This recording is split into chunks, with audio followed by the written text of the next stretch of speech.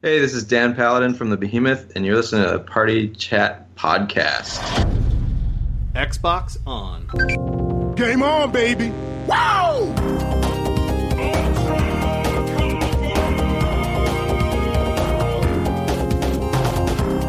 Don't make a girl a promise you can't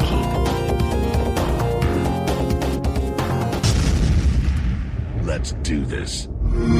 Hello and welcome to the Xbox One Party Chat Podcast, the official podcast of the Xbox One subreddit. I am this week's host, your Lord and Savory Snack, Jesus Christ himself. And joining me today is Clay Parker, aka Uncle Jessy. What is up? Hey, brother. How you doing, man? I am the host this week because Ross... where is Ross? Last I heard, Ross was crying about something excessively in Rocket League. He lost a match of his puck fluck. I don't know. And yeah, he just can't get himself together. Hopefully we'll have him again next week. That would be good. So it's episode 48 this week, and we have a very, very, very, very, very special guest, at least in my mind, because I'm a huge fangirl for the company. But we have Dan Paladin, the co-founder of the Behemoth, this week as an interview. So make sure you stick around for that, or just skip ahead. Please don't skip ahead. But typically, we start the podcast off by talking about what we've been playing. So seeing as it's only you and me, how about you go first? All right, so since Ross isn't here, let's just gush over Zelda for Zelda is so good. I'm going to try not to. The only thing I'll say about Zelda is I finally figured out how to do... Don't know why it's taken me this long to figure it out. How to slide on my shield. I have no idea why it took me so long. Dude, I'm like, I don't know how many hours into this game, and I'm like, when do I unlock the ability to slide with my shield? I randomly did it, and I was going, wait, how did I do that? Can I be honest? Yeah. I tried to find the correct button combination through trial and error for like 20 minutes. I looked up a guide on the internet. Oh, I'm refusing to do the guides for my this game. shield. I was like, no. This is one thing I need. I got to do this. Like, I'm on top of a mountain. How can I not surf down it? And there's one part of one of the story missions when you basically retake the divine beasts, although you don't have to do anything in Zelda. You can actually just walk to Ganon naked and take him on with a stick if you feel like it. But the main story path involves you reclaiming these divine beasts, and in one of them you have to go up and down like this series of like mountain passes, and it's raining. So when it's raining, you can slide on your shield a lot better. And there's a huge downward, like, snaking path down the side of this mountain, this craggy ravine, full of these super high-level enemies. I just jumped on my shield and just slid the whole way down, like, later, nerds! Just straight past everybody. Not like, doing any of this. Great. Not today. Yeah. Not today. Have you been playing anything else? Yeah, outside of Zelda, I'm making a solid effort moving forward to not solely play Rainbow Six Siege so that I have another game to talk about, which is hard for me to do. Siege is my Rocket League to Ross. And the real reason why is I haven't played Siege is there were some server issues and it's been down. but I won't hold it against them. But what I have been playing is Rhys, Son of Rome. Or do I mean Rise? I don't know. I like the idea of it being called Rhys instead. So for some reason, I find that name appealing. Yeah. But we'll chat about some Rise action and the brutality of that in just a few minutes here. Rhys, how about yourself, man? I have been playing actually only one game this week, not Zelda. I have taken a Zelda respite because Mass Effect happened. So you have been playing the Mass Effects. Actually, you know what? I haven't been playing that much of the Mass Effects because my girlfriend has been playing the Mass Effects on the TV, and she's I can't get any time in edgewise. She has been playing for basically every single day since release. So I'm just basically watching her playthrough. And the beauty of Mass Effect is, you can watch someone play through the whole game, and it won't be anything like your playthrough unless you copy them, 100%. The Mass Effect has sort of like a, like branching paths. So it's actually kind of cool to see a second take on it. Yeah. A second take on it, So yeah, she's been playing the crap out of it, and I have been dabbling. Have you seen her come across any of the funk that people have been reporting? So much. It is so buggy. It's like Battlefield 3 on release. It's so buggy. Like, that's great. Like, some of it's really funny. Like, the pathing, for example, of the AI is just broken. And so, one of the companions in this really serious sort of somber moment while you're exploring this abandoned colony where everyone has like died this slow, horrible death of starvation. And it's really depressing.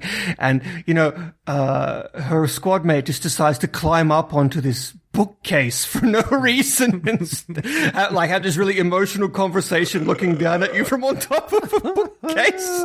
Yeah, it's janky as hell. Wonderfully wonky. It's fun. I haven't.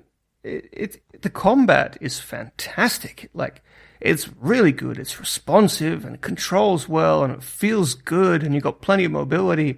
It's awesome. It's the best combat the series has ever had. And the story is it's okay. I mean, it's just starting. It always takes like 30 hours before a Mass Effect game really starts going. So I can't really make judgment yet, but I don't really know why everyone's so upset.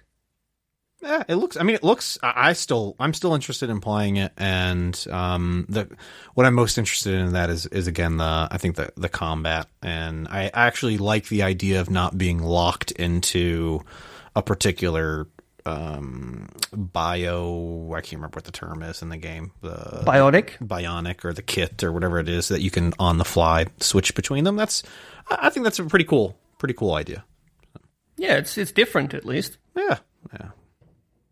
And so yeah, that's what I've been playing or watching. Ross, how about you? Oh wait, sorry, he's not here. Yeah, I've been playing Rocket League and Gears of War. I love how we over-accentuate Gears of War, and I've been playing the beta. The beta. What's that other thing he says that he can't say? Is it Andromeda that he can't say? Andromeda, and as well as Guacamelee. Guacamelee. See, the best part is I know Ross is going to be listening to this like in a few hours' time, and he's just going to be like, "You pricks."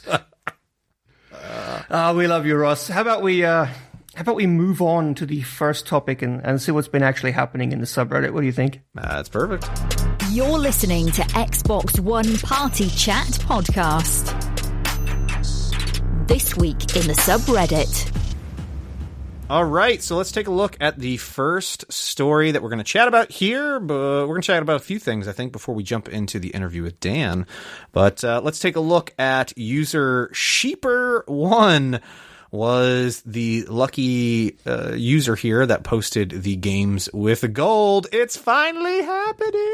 Yay! Everyone's predicted it every month since the start of this program on Xbox One, and it's finally here. It's Rise is coming, and of course, as predicted, we're getting it right after I bought the game. Well, I mean, not right after I bought the game, but a few months after I bought the game. And it is excellent. I think people are going to be thrilled to get their hands on this, especially some of the folks that maybe have recently picked up an Xbox One in the last year or so, that maybe just aren't aware of the game or, completely missed it altogether. It's brutal and it's fun. It can be a little repetitive, but I don't mind. I thought it was still hell of a lot of fun. I think I'm almost at the end of the game, so I'm hoping by this weekend I'll have this wrapped up, or at least before it's officially kicked off when it's free. Oh man, my gamble paid off. I've been saying the whole time, I'm holding out. It's going to happen, and my patience has been rewarded. You know what? Now everyone's going to be saying, "So when's Dead Rising?" coming. Soon. Yeah, exactly. And then, so that's coming April 1st through the 30th, and then kicking off April 16th through the middle of May on the Xbox One. You'll be able to pick up Walking Dead Season 2. Very excited about that. I never finished the first season. I think Me either, actually. I lost interest. The only Telltale games I've played all the way through were Tales from the Borderlands, which is hilarious from start to finish, and everyone should play that. Even if you don't like Borderlands, play Tales from the Borderlands. It's funny. And The Wolf Among Us, which was also a game for gold. Yeah. That's supposed to be... Wolf Among Us was supposed to be really good. I have that. I haven't Damn played it good all. story. Yeah. I thought the whole idea would be weird and stupid, but I was glued to the screen. Excellent. Over on Xbox 360 and backwards compatible on your Xbox One is Darksiders from the 1st through the 15th of April. And from the 16th through the end of April, you'll be able to pick up Assassin's Creed Revelations. Did you play either of those two 360 games? Is that Darksiders 1 or 2? 1. So I skipped 1 and went straight to 2. No regrets. Darksiders 2 is a fantastic game. Excellent. Darksiders 1, it will be... Well, maybe I might check it out if I can find the time. I'm definitely going to check it out. It's one of those action brawler type games, right?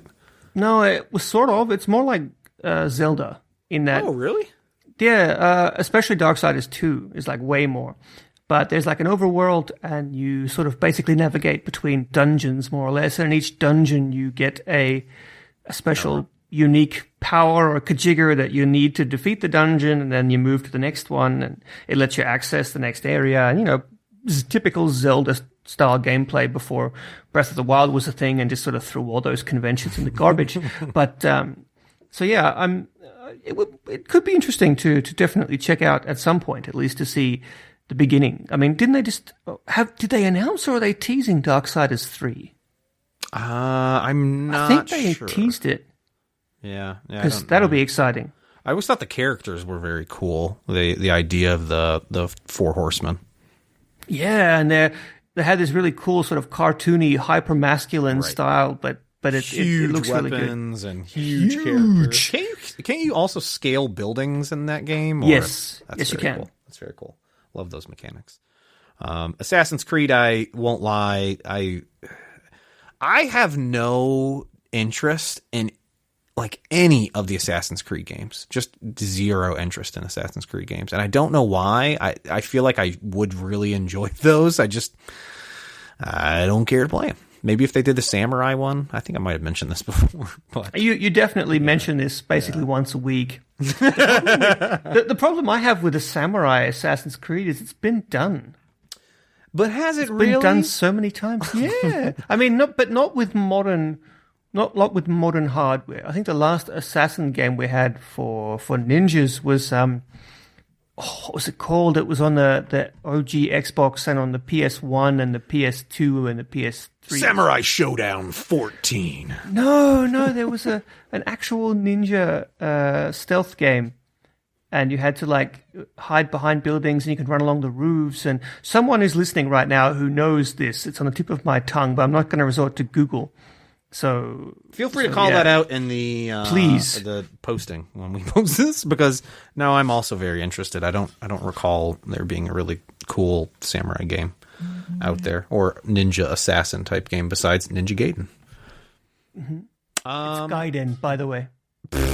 Whatever. Gaiden. Great transition here. We are going to chat about Destiny 2 is being teased, and more than likely by the time this is posted, the official trailer will have dropped.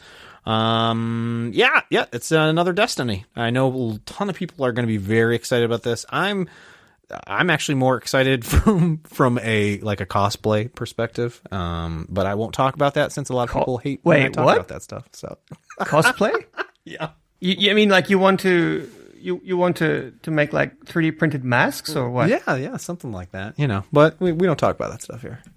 Yeah, we can talk about that stuff. I like that stuff. But okay, let's talk about Destiny. Destiny Dukes. Deux. Destiny Deux. Deus? No, that's a different game. Did you play Destiny? I don't I actually did. know if you were a Destiny player. No. I briefly, I think it was part of the, maybe it was the beta that I played, and then very quickly realized this was not going to be the game for me. I'm not a huge fan of the grinding of of games. I have my core group of buddies that I play games with online. They were sucked into this for like a year straight, and then I think sort of fell out. But I know there is a huge base of very passionate folks behind this, and I think there's going to be some awesome content coming for this. And yeah, maybe there's some aspects of this game that they're changing up that will hook me back in there. I don't know. Did you play Destiny? I did, actually, a little bit at the beginning. I played, basically, there was a glitch you could exploit where my cat, she's becoming like a weekly guest star on the podcast now. It's because I'm up so late. Exactly. What are I'm up you late, doing? Go to bed. I'm the only one here. The funny thing is she's like 19, so she's like stone deaf, so she has no idea she's yelling so loudly.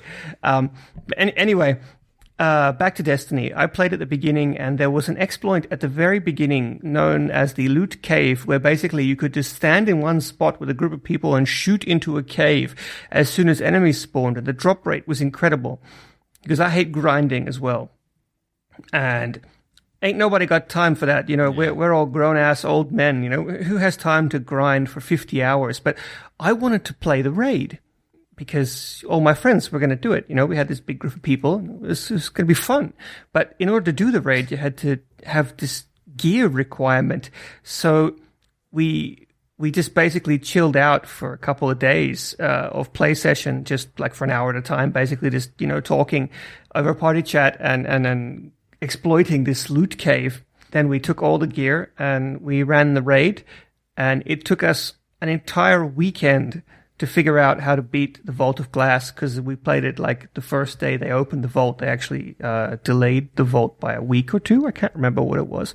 And that was actually one of the most fun gaming experiences I have ever had in my entire life. I have to say, the thrill of just going through that and trying to figure out the puzzles and what do we do and how do we beat this guy, and oh my god, it was dying again and again. It like I said, it took 2 days, but that was great fun. After that, I was done.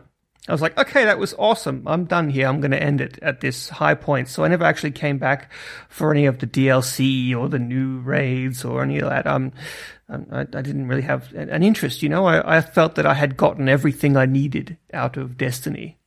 Money well spent. Yeah. Did they say on, I don't know if you saw the teaser or not, and I'm now trying to struggle to remember if there were some rumors that this was going to be a PlayStation exclusive. No. Probably going to have that ridiculous thing they did last time where there was content locked out for like 12 months. Yeah. It's technically not exclusive. Yeah. Who's playing the game 12 months afterwards? Like, Jesus. Yeah.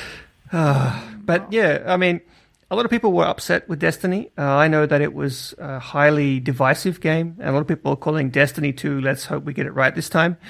I'm not really one of those people, but I hope that they definitely do learn from the very obvious mistakes that they made with the first game. Agreed.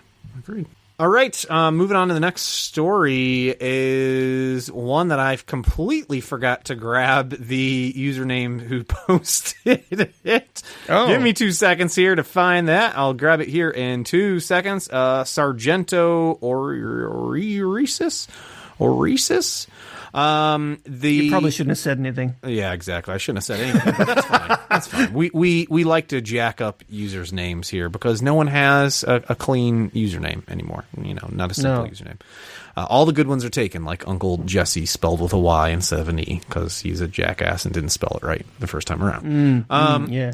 But so Phil Spencer commented on a tweet the other day, someone asking about, hey, are we ever going to get a chance to implement this wish list feature? And basically stated, this is a feature on our list of things we are going to add, which is very exciting because this subject comes up damn near every week on the subreddit. You have no idea. People asking, when can I get a wish list feature? Why can't this be more like Steam? And then I can get a wish list, and then I can keep track of the games that I'm interested in buying.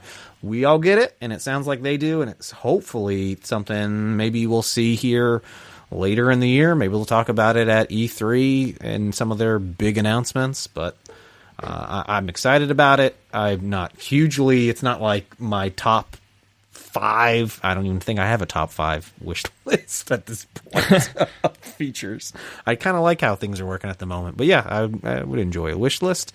Rhys, is this something that you would even remotely be using? Well, I mean, yeah, it's maybe. I mean, I quite often look through the store, Right. when I've got like 5 minutes, maybe my girlfriend is, putting dinner together or something, and so I've got 5 minutes before Netflix turns on, so I might just be out of boredom, flick open the store and like browse through, like, oh, I want to play that. That might be nice. Oh, I might want to play that when it's on a sale or whatever, So having a way to tick those off would be nice. It'd also be pretty cool if you could have it public. So that, if a relative's like, I don't know what I should buy you for Christmas, well, take a look at the wish list and pick one. Oh, that's actually that's actually not a bad idea. I can share that. You can do that on Steam. You can actually go into someone's Steam profile and buy a game for them on their wish list. Oh, that's actually very nice. That is very nice. I would enjoy that. I think we can all agree with that. But you know what else I'm sure you will enjoy, and everybody else, and that is our aforementioned interview with Dan Paladin from the Behemoth. Roll the tape. Xbox Snap this week's interview. All right, everybody, welcome back. We have an awesome guest here for you today. Dan Paladin, who is one of the co-founders of the Behemoth, who have been making indie games for the Xbox since way back of the early days on the Xbox 360. Dan, welcome to the show. Thanks for having me. Absolute pleasure to have you on here. And instead of me, ranting and raving about how amazing you are, how about you tell us a little bit about yourself and what it is you do? Yeah. So, well, I don't know if I'm awesome, but I'm pretty sure. We started an independent development company back in 2003, and we've been doing things. We did an Xbox when it was just Xbox. I used to call it Xbox One, but now I can't do that anymore. The original Xbox, right? And we made Alien Hominid, Castle Crashers, Battle Block Theater, and we're working on Pit People right now. I do art, design, and I guess, sometimes I do some audio for our stuff. And it's been 14 years now. We just hit 14 years. So wow, congrats. It's been awesome. It's been really cool. Yeah, we've thankfully, people have supported us this whole way, so we're able to be still doing what we're doing. So it's a really good feeling. It feels surreal. It doesn't feel like we deserve it because we're just having fun, but here we are, and thanks to everybody. No, that's great, man. Seriously, congratulations. And full disclosure to anyone listening, I'm a huge fanboy of the Behemoth, so I'm going to do my best to calm down and let Clay have a go at asking a question first. All right. Let me jump in here then if I have to. Breathe. So Dan, what got you into gaming, and what sort of brought you down the path that you're on today? I think it was art. Kind of. So I always really liked to play games. Games were always readily available in my house. My dad always made sure of that, which was great. It was the Atari 2600 in the 80s for me. I was born in 79, so I don't know. As soon as I was able to really play, I was playing on there. I'm not sure exactly what year that was. And it was Nintendo Entertainment System, And then my curve gets a little different than everybody else's. I had an Atari ST in 1985, and so I would play a whole bunch of games on the Atari ST, and then I went to Sega Genesis, and then Atari Jaguar, and then Dreamcast. And people are like, "What? No Super Nintendo?" But that's just how it went. I wasn't buying stuff. I couldn't have any money. That's wild, man.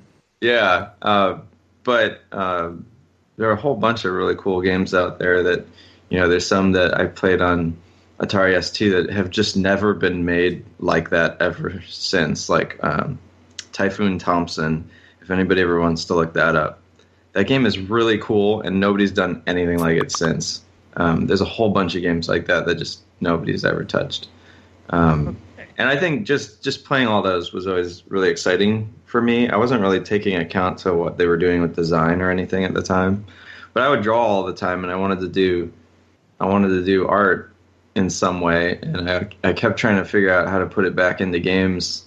And eventually, in 2001, I was able to land my first industry job in San Diego, and so I'm still here.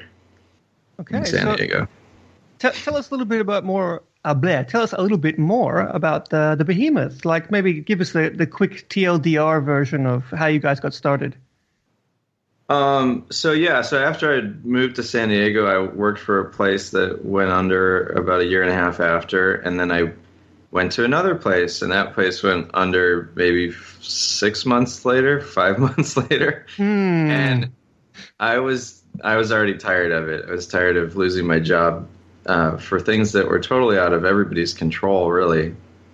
And one of the other guys that was sick of losing his jobs too was John Buys, and I worked with him on Soldier of Fortune maps for a port for Xbox 360, Double Helix it was, and I was just passing by in the hallway, and I had, even though I had worked with John, I didn't really know John that well because we were in cubicles and different rooms and we weren't supposed to be talking to each other. It was awful.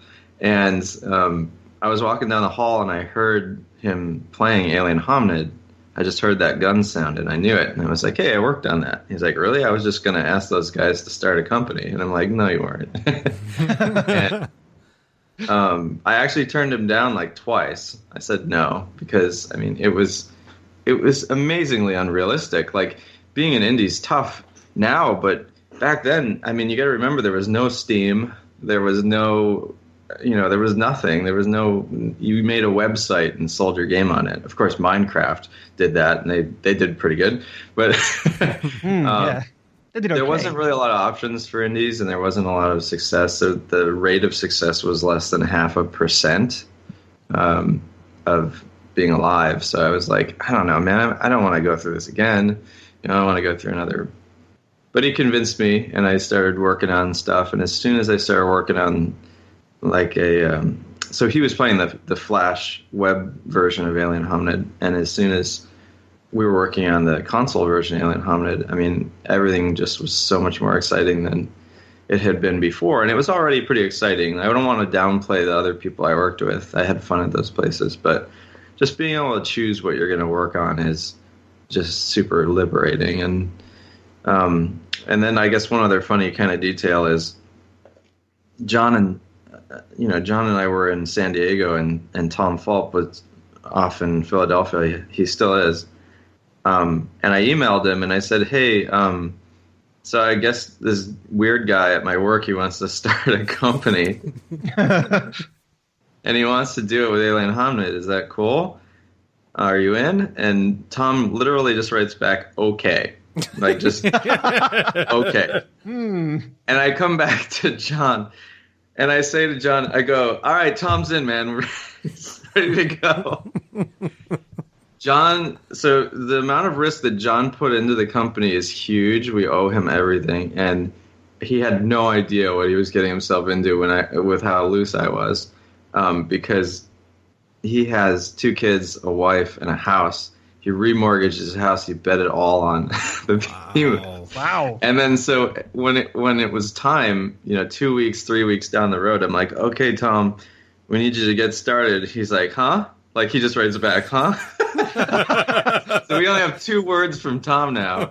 And John didn't actually know how brief these emails were until maybe like 4 years in. Oh. Surprise. When I showed him that, he just looked at me and I knew. But yeah, so we had a weird start, but it worked. We made it work.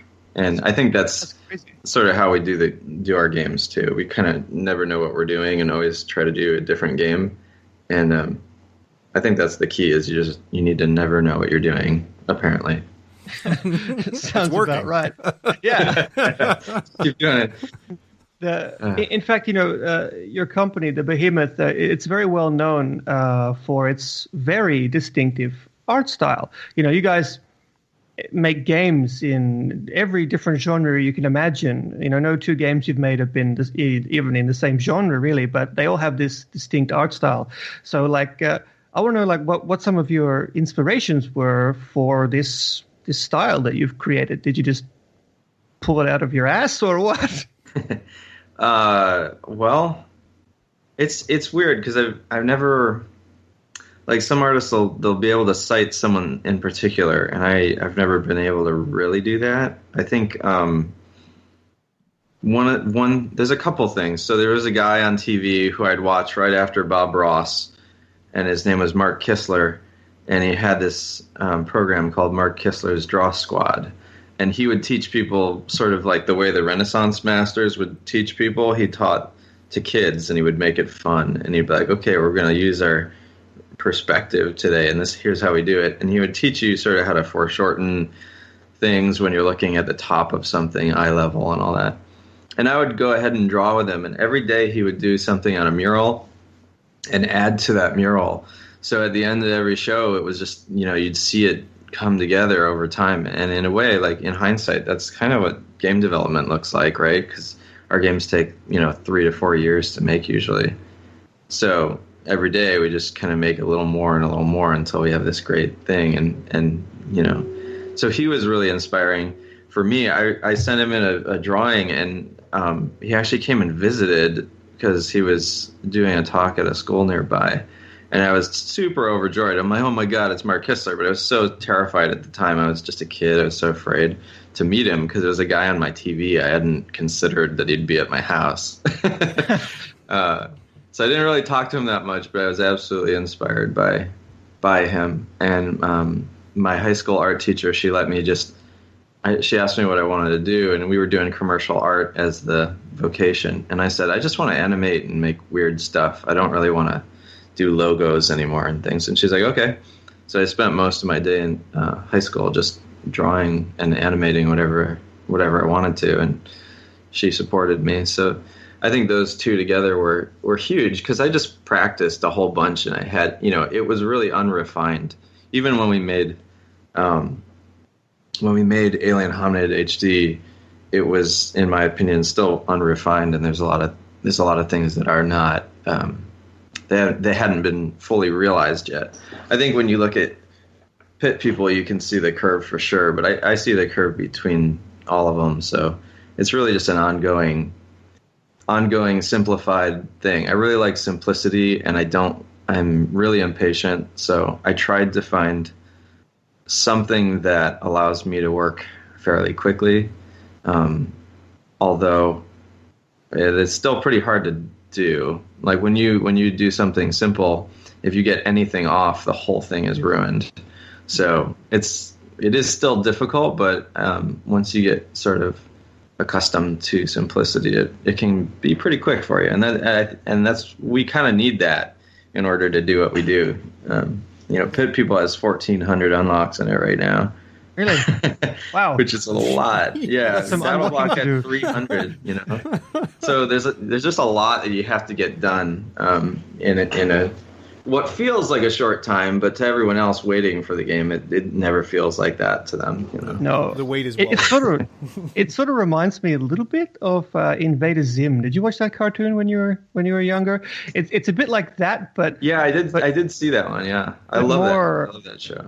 It's not the same, but I don't know. It has a similar. I think it's the sort of gross out humor that you both share, and as you say, the sort of simplistic design. I've seen the cartoon. I don't know when the comic came around, though. I think it was a comic first, wasn't it? Yeah, Jonan Vasquez is the guy. He also did Johnny the Homicidal Maniac, which is a very interesting comic, to say the least. The name basically says it all. Yeah, he's a good guy. I've met him before. He's a really cool guy. But I don't. Yeah, I don't. I mean, I think they look pretty different, but I totally see the atmosphere sort of angle, and that I guess they're similar enough. I always liked how he did pupils. Like, you'd always know, if it was his stuff by the way their pupils. I was going to say, Dan, you had mentioned it earlier with Alien Hominid and the Flash version. I mean, I was in the early 2000s, very early 2000s, I was in college and obsessed with all of the different Flash animation that was out there and things like Radiskull and oh my god! And it was, but they were also very clean and very stylistic. And I think maybe that's what I enjoy so much about visually the artwork that you guys do in your games and your characters. And I was just going to ask, I mean, how do you guys come up with these insane characters and settings? We were just discussing it. It was like the board meetings, like the meetings you guys must have. Must be, so what are we going to do today with this little setting? Well, I'm not 100% sure. I think so. One thing that's always been fascinating to me is video games and movies. They each try to do what the other one's better for, right? So, like, in movies, we try to make things look as, not real as possible. And in video games, a lot of guys will try to make games look as real as possible when each one is better suited for the opposite. I'm not sure why we do that to ourselves, but... But so it stems from that, where it's like we're making a video game. We can do anything we want. We can have anyone we want. For our healer, do we want a priest or do we want a cupcake? Like which one would you rather have? And really, it's the fundamental question of when you're going to do something. You don't just do it because it's been done before. You do it and you think about, why would I do this? And every time I ask myself, like, well, what should this guy be like? A lot of the time, it should be a human. There's a lot of things where people. Bear. Yeah, and there's all kinds of stuff. There's all kinds of things like creators have to kind of go through, where it's like, if you make the female plate armor, everybody's heard that argument before. That like, is that real? Is that not real? And to me, I'm just sitting on the side going, why are we arguing about humans? Like, I don't want to play as a human anymore in games. Like, humans might be like the base, right, of pit people, but then the whole world opens up and there's all these weird things. It's the same thing as, in Castle Crashers, you're fighting off, regular people, and then all of a sudden you're running into these really weird creatures and bosses and things. And it's that kind of thing where, same thing with like even Half-Life, right? You're in this sort of realistic environment, and then this giant robot walker comes by, and these crazy things making all the power lines fly all over the place. That's the kind of thing that I think video games are really strong at, and I think that's why we have weird stuff, because every time we sit down, it's like, okay, well, let's make something that you wouldn't find somewhere. So wait, I'm just going to jump in. How do you decide how much poop? That's a very good question. There's a limit. There's a limit. Yeah, because it has to. It can't be.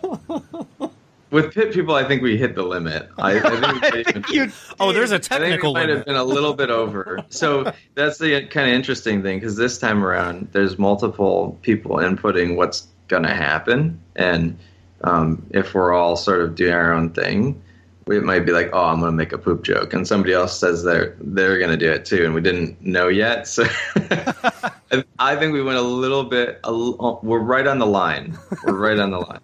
Not enough. There's not enough. Let me put it this way. But it was the same kind of thing, right? It's like you're going to mark your way on the map. We need something. Just what I was about to say. And you know what? This is the thing that's crazy. So Hansel and Gretel, they leave breadcrumbs in the forest. Like, how stupid are you? Every bird is going to eat that, right? If you poop, nobody's going to touch that, right? It's going to still be there. I bet you there must have been a 30-minute discussion on this at some point in time that happened. Now the points are so yesterday. Now it's all crap. Yeah. There's a whole bunch of. It's funny because most of it all seems incredibly irreverent, but a lot of the stuff I could explain in full detail as to why something's there. That's awesome. And but most of the time, that's just for our own reference, and it's not everything's ever going to be fully explained, but there are a lot of things. Like Yosef is a Demiclops, and he, when you join souls with him, you can see your health bars and your experience levels and things like that. And then you ask him why, and he's like, "Oh, Cyclops powers, dude." And there's not really any time for him to explain to you. But in Greek mythology, Cyclops traded one of their eyes to the gods in exchange to see their future, and the gods said, "Ha ha ha!" And now they can only see their deaths coming. And Yosef is a Demiclops, so he can't see his death coming, but he knows how dead he is because it's half of the power of what the real Cyclopses can see. Dude, that's deep. Yeah. Deep. So I mean, everything can be explained, but it seems crazy when you just thrown into it. So I can imagine you're sitting in traffic trying to get home, and you're like, "All right, this new character." We always sort of I guess now that we're sort of the game's not finished, you can see part of our process, but we always put our best foot forward before then, and it always seems like that was how it was. But when we first did game preview, you saw Horatio the blueberry farmer, but before then he was just thrown into an arena, and his cohorts were thrown in with him, sort of like in the movie Gladiator, where they're all just chosen and strapped together, and they had to survive. So that we've actually sort of changed who they are and how they came to be and everything. And then it was like, okay, let's make him a farmer. I want to make him like sort of, we're going to start on his farm, and you're going to kind of see his roots instead of hear about them in the arena. And then Stamper did his voice pass and called him a blueberry farmer. And then I added blueberries into the farm, but I had no idea he was going to be a blueberry farmer. and then all of a sudden it resonated with people really well. Oh, he's a blueberry farmer. They needed that extra detail. And I want to ask you about Stamper a bit later, but actually I really like the way, I'm sort of getting ahead of myself here, but I really like the way you guys sort of subvert the classical role of the narrator. Like, he tells you really stupid stuff that you don't do. Like at one point he says, Horatio kisses Yusuf on the lips or something like that, just like... Yeah, and you know what? Sometimes he throws people because the convention is that narrators don't lie to us, and narrators can be trusted, and they're telling us what happened. So we've actually had to change some things here and there because of how much people trust him. But so let's we went off on a tangent, and it was pretty amazing. I learned a lot of cool things just then. But let's sort of bring it back for our listeners, and actually we'll sort of just mention that Pit People is your latest project. And for those who don't know, you guys just recently, about a month ago, I think, was it 2 months ago? Not too long ago. January, yeah. So 2 months ago, roughly. You released Pit People on the game preview program, which is like the Xbox One early access. And I think you released it on Steam as well, yeah? Steam early access? Yeah, it's on Steam as well. Same time. So basically, I just want you to just briefly describe the game itself in your own words, for our listeners who may not know what we're talking about, because we've all played it. But for those who haven't, they're probably wondering, blueberries? What? Yeah, maybe I should have started with that. But basically, it's, I guess, elevator pitch style. It's a fast-paced, turn-based, co-op adventure game. There's so many pieces to it, it's a little hard to describe, but basically, fast-paced, turn-based, we call it that because if you want to move out quickly on your turn, you're able to do that because we have taken, I guess, what you could call the minutia, or the amount of steps a player needs to do before they're ready to end their turn. So, for instance, if you want a melee guy to attack someone, you put him next to them, and then you just end your turn. Whereas in the traditional turn-based, you put your guy next to him, and then tell him, I want you to use your sword on the enemy next to you.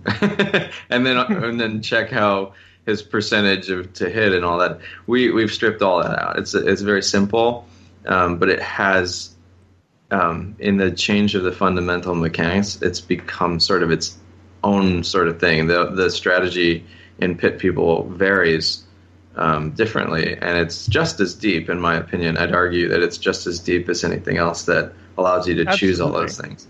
I described it as Final Fantasy Tactics meets Zelda 1 meets Pokemon. That's pretty good. Yeah? You like that? Yeah. I've heard Fire Emblem a lot. Oh, that too. I'm too old for that. I don't know. It's weird because we always want to liken something to something else, but I don't know. I don't really know how close it really is to anything it gets referenced to. So it is really sort of like a mixture. It's a weird mixture. I think part of the reason the game came to be is there's people out there, including myself, who get just sort of overwhelmed with certain tactical games. The hex-based games are usually the most complicated ones, and I've always really loved them. But something like those tabletop games like MechWarrior, it's so cool. The atmosphere is awesome. All the stuff, all the tech in it is great, but I just can't keep track of it. I screw up all the time when I play a game like that, because there's too much to keep track of and too many little things to do. So I was trying to make a game for people that might be like me, that love that sort of idea, but don't necessarily need all the excess in front. So one of the things you do when you set up your team in Pit People is you can see all their stats, you can see their percentage chance to stun and how much health they have and how much defense, all those things. And you set up your team how you wish, and you think about all those little details. But then once you set out the gate, you don't have to worry about that kind of thing. So we offload all the thinking prior to the fight, and then you just kind of use what you have in the fight to make it through. So it's kind of sort of, I chopped up those experiences so they're not every single turn, and you can't really plan ahead. You can't. It's not like chess where you can plan 10 moves ahead or something. You don't know what's going to happen after you move out. They might do something crazy like throw you somewhere or poison an area or set it on fire or stun one of your guys or all kinds of things. So it's really just supposed to be reactive, where you don't have to worry too far ahead of what you're going to do, and anybody can just kind of, clunk their way through a fight. That's awesome. I was going to say, I've been playing it through the preview program, and this is typically not the kind of game that I play. And you guys have made it very easy to get into, and I can already tell that there is a good level of depth that is achievable through it as well, but it is just so incredibly fun to go through with the audio and the animation that's in there and the gameplay. I feel like it's sort of changing my opinion of this style of game, and I'm going, maybe I should actually be taking a better look at some of these other ones. Don't bother. Thank you. I think I call our game a gateway drug sometimes. It's really easy to just hop in and enjoy turn-based. If you're going to like turn-based and you haven't tried it before, hopefully this would be what the gateway drug would be. Well, that is a perfect way then through the preview program. And I wanted to ask you about that. How are you guys enjoying the game going through the preview program, and has it really helped you guys in any way, maybe reach new audience members? Oh yeah, it has been really cool. So usually what we would do before that kind of thing existed is we would take the game to trade shows. We would have a usability lab where we would basically just invite strangers all the time to come play. And we would get a whole bunch of impressions, but part of the problem with that kind of thing is people only play for 3-4 hours at a time, and the people who are playing in game preview, I mean, there's people with 200 hours, 250 hours, in the game. And and thank you, because that's really helpful for us, because then I can see how long, how much of something does someone tend to do, which lets me know where the most fun is and where, other areas I can promote and make better are, or, what the most popular characters are. And, maybe I could make one of the lesser popular characters a little more interesting. My girlfriend and I are totally addicted to Got to Catch 'Em All. Not just the characters, but the fashion. It's not people. It's fashion pit. Yes, yeah. There's a certain type of gamer that really likes that thing, and I'm one of those people. And I just want to have a really cool looking guy with a funny name, and I guess that's one of the other things. You can't name your characters, which really pains me to, not allow. But it makes for a really, really cool system in the end. It's something that I the prefer. Names are hilarious, and I actually wanted to ask you if you had a personal favorite. I think the funniest that I've seen is this really, really wimpy looking human dude who had the name Lake Drinker. I don't know why, but that just made me cack myself. Do you have a favorite? I'm kind of partial to Eyelash Museum. Like, just somebody's named Eyelash Museum. It doesn't matter who they are. It's just it just can happen. Yeah, there's thousands of names out there. So every once in a while, I'll just sit down and type stuff in. And whenever I make unlocks for our games, I'm kind of thinking about, okay, somebody's going to want badass stuff. Let's make badass stuff. Okay, somebody wants silly stuff. Let's make silly stuff. Someone wants normal stuff. So it's like, okay, Jeff and Bob and stuff. And then it'll be Eyelash Museum and, the variety's Tooth Smasher and things like that. So all of a sudden I try to just, that's the only way to really do it. Otherwise you get burnt out. Like people have a hard time just naming their one kid. Like coming up with thousands of names has been very interesting right now for me. So do you have a favorite lineup for the pit? There's certain creatures I'm partial to. I really like using kobolds. Really? Yeah, they're one of the least popular, but I mean they don't seem like they could do anything. They're awful on damage. They have horrible health. So what are they even good for? Is the original sort of concept, right? And when you bring like 3 slots worth and you support them, you build your team around supporting them. They can be terrifying. They can be awful to fight because. So one of the things in Pit People that I didn't mention earlier is if you put your character next to 2 or 3 or 4 characters, you don't know who he's going to attack. So the way that you choose targets is by isolating them. But for something like a mob unit, like zombies or kobolds, you get 2 per slot. So you can end up having 12 kobolds on your team, which is just terrifying. It's like Zerg Rush kind of, right? So for anybody who plays StarCraft. But basically, their health is awful. So it's like, okay, well, what can I do strategically to fix that, right? So if you bring a cupcake with kobolds, the cupcake will pretty much make sure the kobolds stay pretty healthy. You keep moving the hurt kobolds to the back line, heal them up, put them back in the front, and then, switch out the other guys. And you can have this endless tide of just nuisance that they are.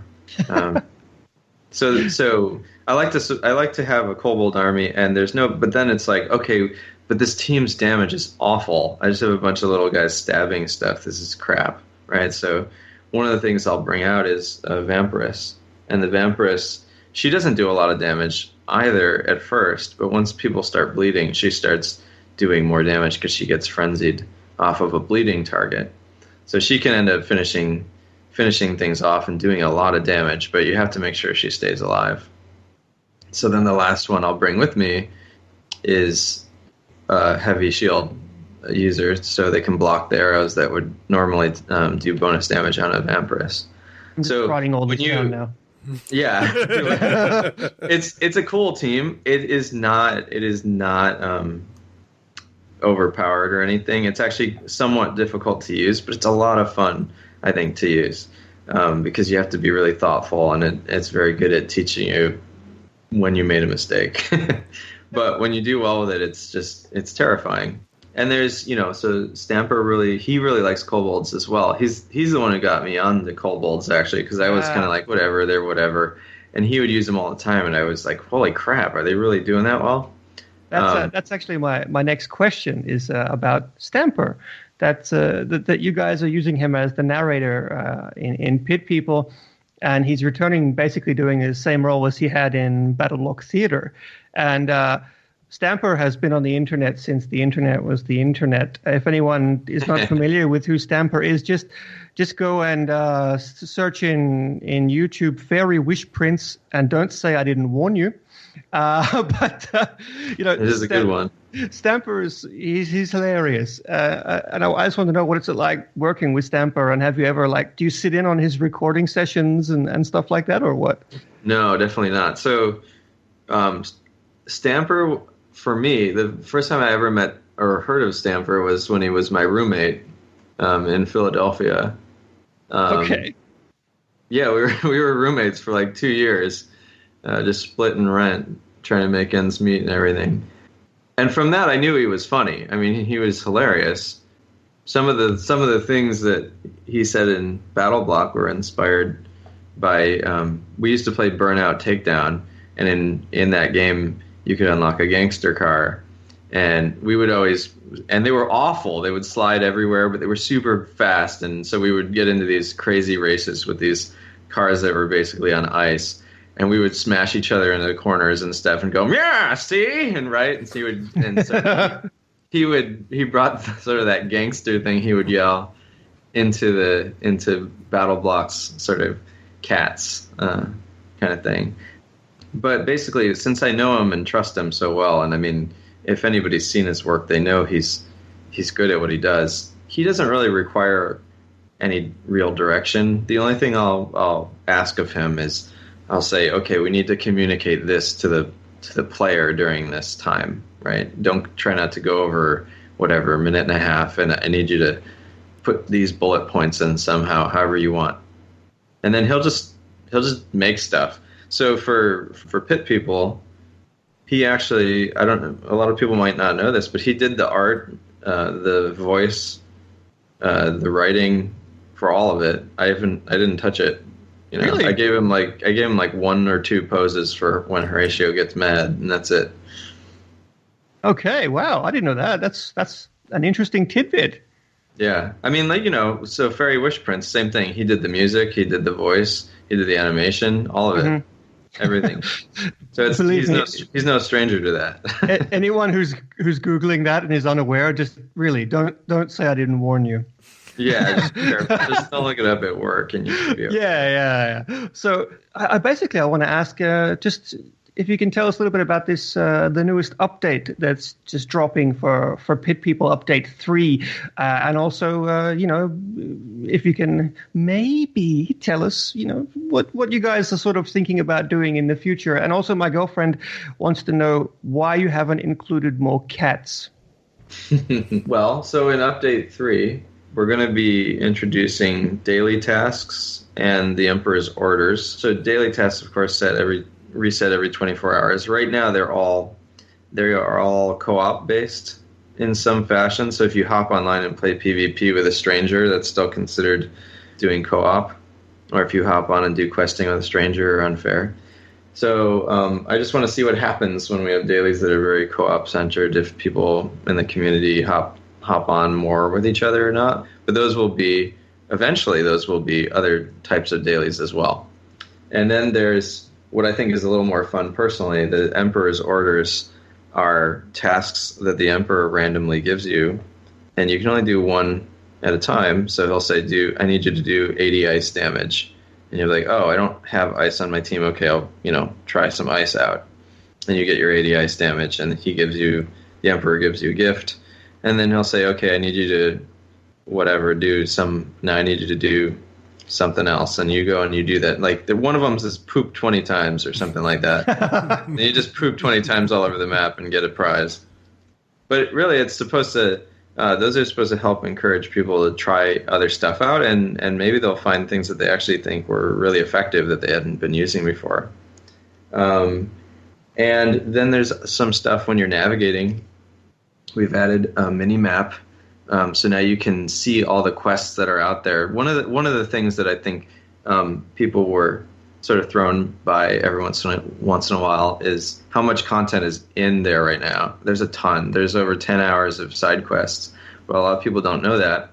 And so one of the things that will help with that, I think, is the mini map. So when you're navigating now, you can't rely on the little home icon anymore. That's gone. You have to use your trail map, and you're not shown on that map either. You're just bringing up a map and looking at the landmarks. It's not as scary as it sounds, though. Trust me. And so that's going into, and then also in the survival guide, we're adding a collections page. So anybody who wants to see like how many cupcake toppings do I have out of how many, you can see that now. You'll also see some improvement to the house menu, and there's some more coming later. But there's what is traditionally called a paper doll.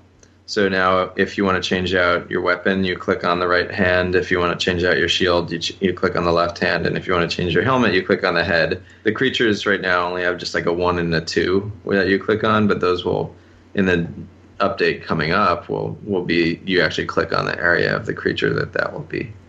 And we added some options. If anybody got seasick from camera bobbing and stuff, things like that, you can turn that off. And so that's mostly what's going to be an update through. There's a whole bunch of other stuff too, but I'll try to keep it short there. And as far as more cats, this is very important. There's the ratio of cats in BattleBlock Theater was found to be acceptable, but this is really lacking. But that's an island of cats. I mean, like, of course you can. Yeah. I'll keep that in mind because we really don't have a lot of cats in there, do we? No. You do get if you do have, on Xbox One, if you do have Castle Crashers Remastered, you get the unlocks for BattleBlock Theater and Castle Crashers inside of Pit People immediately. So if you have a mascot character, you can put the cat guard skin on there, and if you have, a human, you can put a Hattie head on them and everything. So, and same thing with Castle, you can put the knight heads on humans as well. So you get little goodies, little thank you gifts from us if you have that. And then what's coming up, well, we don't go into that too much, partially because the way that we make games is somewhat blind. Not entirely. I mean, like for the overarching, we always work on story every time, but we haven't actually done a story drop yet. I'd like to get that out sooner than later, and I know everybody pretty much agrees. Oh, God, we yes. always want. Please. We want to hear Stamper more. I mean, that monologue that Stamper ends on is incredible, and I want to get more in there. So we're working on that. That's looking pretty good, but I don't know whether that's going to be the next update or the one after that or what. I hesitate to say because people hold you to that stuff, and development is always surprising. But I think, there might be another creature or two. I don't think there's going to be a whole bunch. Some people think that I'm going to add like another 20 or something. That's not going to happen. Just the amount of time it takes to make a creature and have him balanced and have all the unlocks and animations for him and sounds is more than I'd want it to be, because I want to add all kinds of stuff. But there'll probably be at least one or two more because I want to mix it up. And what else? Just a lot of, more quality of life issues. Like you'll be able to mark your favorite fighter in the house, and there'll be more. There's going to be another world map. There's going to be more quests. There's always quests tied to each world map. So anytime there's another world map, there's at least, something like 15 or 16 more quests that get dropped in. And I'm probably going to keep going with unlocks.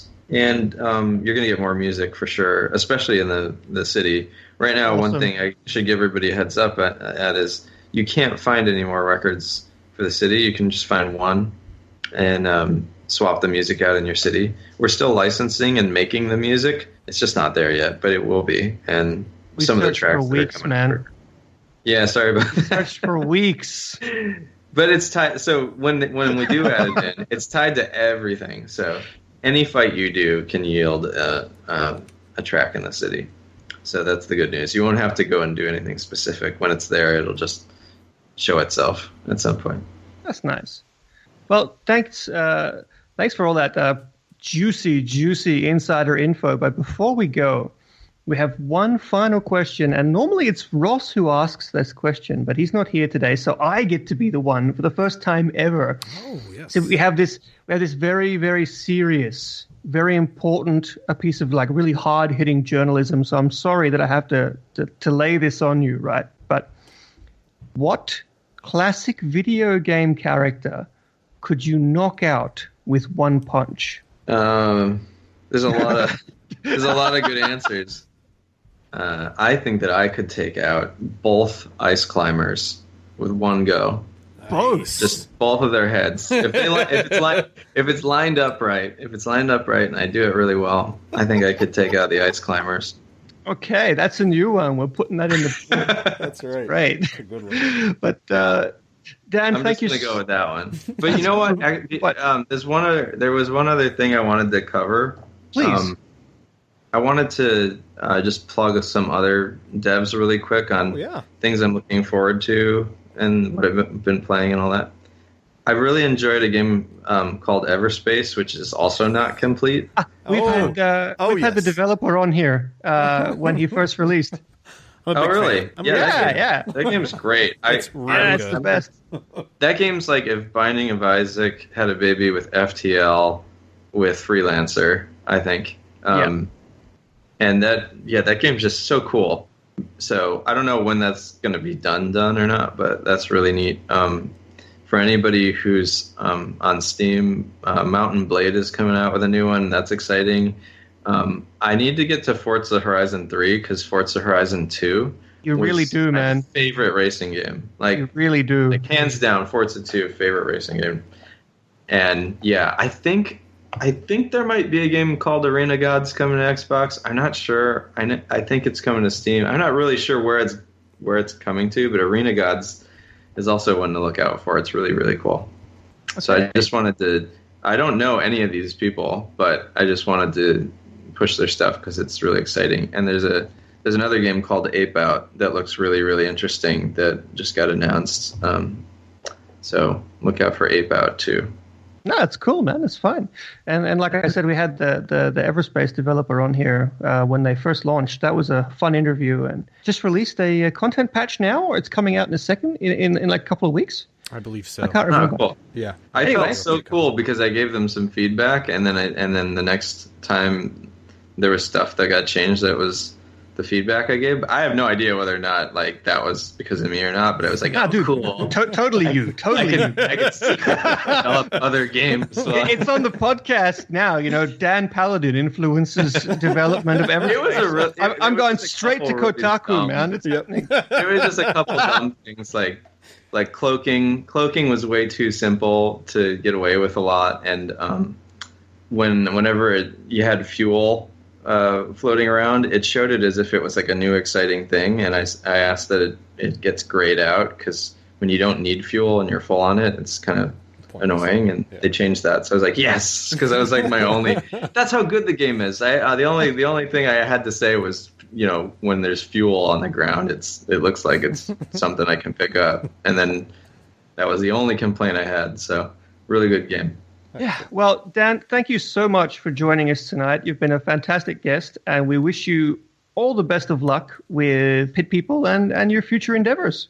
Thanks. Appreciate it. I'm just going to keep going until I can't, I guess. Yeah. Sounds great. Okay. Well, thanks again, and bye-bye. Thanks for having me. So thanks again for that, Dan. Wow, that was a great interview, wasn't it? What's your name again? Clayton. That was a great interview, Clayton. Don't you think so? Agreed. I loved hearing, a lot of the details that he's just gone into, not just about making the game, but a lot of the process that went into developing the characters and some of that off-the-cuff story or audio that went into the game, I would say. Yeah. I can't believe he was Stamper's roommate. Yeah, seriously. Yeah, I know. Everybody needs to... If you're not familiar with Stamper, you don't even begin to internet, bro. Like, get on my level, seriously. But terrible self-aggrandizing jokes aside, we have one final thing we should talk about, and that is a little milestone on the subreddit. We hit 350 1,000 subscribers. Hooray. Hooray! Hooray! No, seriously, guys, you're all amazing. We have experienced growing growth. I paused for a second because I was trying to figure out the best way to say that. How about increasing growth? Yes, of the subreddit ever since it began, basically. But in the last 12 months, particularly, the amount of subscribers every day has skyrocketed, and we'll probably hit 400K by the end of the year. So you're all pretty awesome, in my opinion, and here's to 350,000 more, basically. Woo woo. Woohoo! And yeah, I think that's us done. That wasn't so bad of an episode. Clay, just for you and me. Yeah, not too bad. I think we did okay. I don't think we need Ross anymore. Forget that. Nah. We're good. We can oh, wait a minute. Sorry. Who's going to keep editing this? Because I'm not. Oh God, Ross. So we've terribly missed Ross this week. We really can't wait to have Ross back on the pod. He's such a valuable addition to the team. Hello. Hello, Aaron Greenberg. But no, Ross, we love you, and we love everybody on the sub. 350,000 of you. Holy crap, that's a lot of people. We are actually the biggest Xbox One community, dedicated Xbox One community on the entire internet. So be proud of who you are. We also have, coming up very soon, 2 weeks from now, our 1 year anniversary of the podcast, episode 50, because we have taken 2 weeks off. It's going to be huge. Huge as huge. Huge. Yes, it's the best. All the other podcasts are fake. They've failed. They're fake podcasts. Ours is fantastic.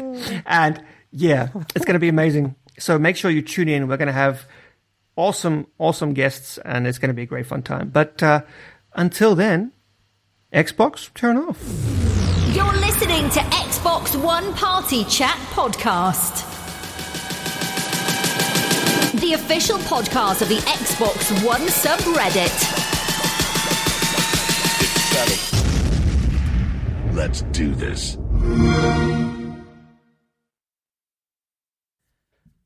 Hello and welcome to the Xbox One Party Chat Podcast, the official podcast of... Keep going, Sorry. man. That's great. We are off to a bang. Boom! Hello and welcome to the Xbox... Out there. Or Ninja Assassin type game besides Ninja Gaiden. Mm-hmm. It's Gaiden, by the way. Whatever. Gaiden. Whatever, you and your memes. It's Mimi. I told a Mimi on the internet. I prefer that to this day, that it's Mimi. Hi, Rhysと申します。初めてお目にかかりましてよろしくお願いします。Exactly. That was my samurai. My damn cat. This is we have a co-host. Can you hear it? It's asking to be let out again. I have to go open. All right, now Rhys is going to go let his cat out to, I don't know, go hunt down some wild animals and drop off at its doorstep. It's I guess what cats do. I'm a dog guy, folks, not a kitty cat guy.